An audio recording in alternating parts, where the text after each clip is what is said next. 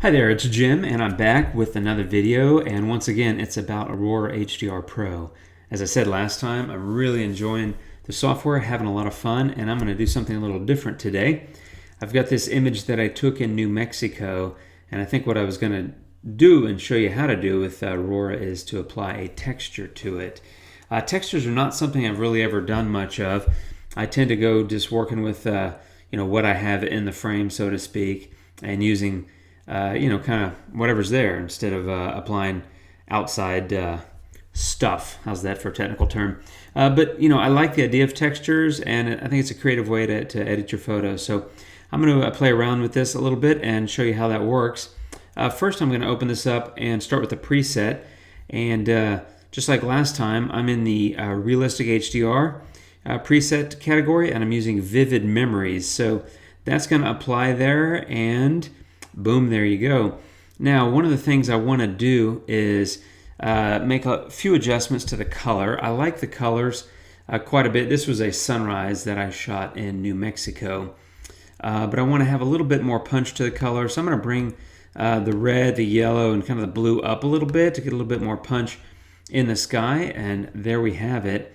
One other thing to note is if you see all these menu boxes are closed, in my last video, I closed them all individually, but I've since learned that you can just go to View and go to Single View Mode, which I was in, which is why that had the check mark. But I just went in and unchecked it. So now, if I open a box, every other box is going to open, right? I personally like a decluttered workspace, and so instead of having all these open, I go into View and go to Single View Mode, and only one will be open at a time. I like that. It keeps it cleaner on the side, makes it easier for me to figure out what I'm doing next, right? So that's how that works. So as I said, I like the image here, and I just wanted to bump up the colors quite a bit.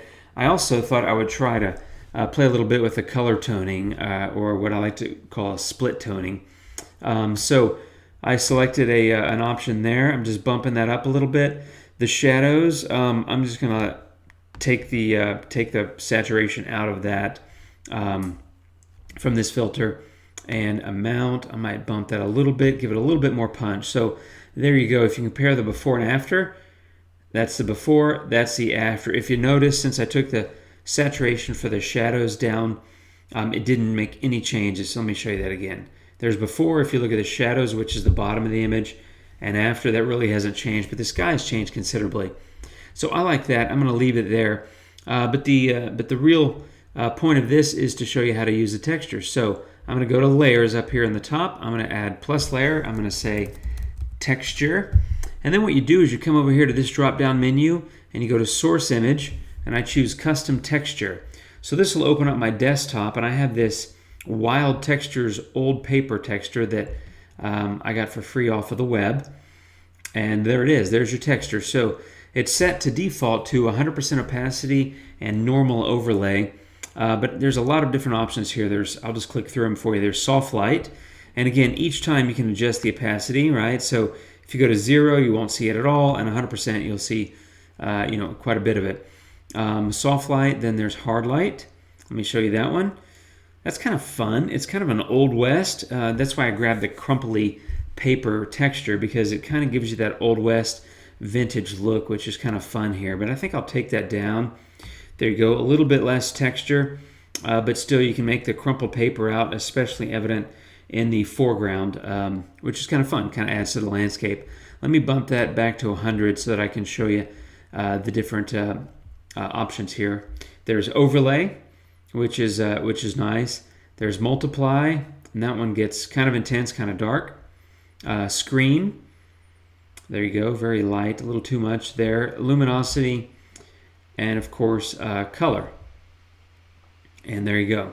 So that just plays to the color, so it matches with the color of the paper, and a lot of the blue in the sky has disappeared. So I personally kind of like the hard light in this case, and then again I think I'll just take the opacity down a little bit, and there you go. So we're just a couple of minutes into this. We have a texture overlay done, and then you can continue to add multiple layers and do other things, but that's a quickie.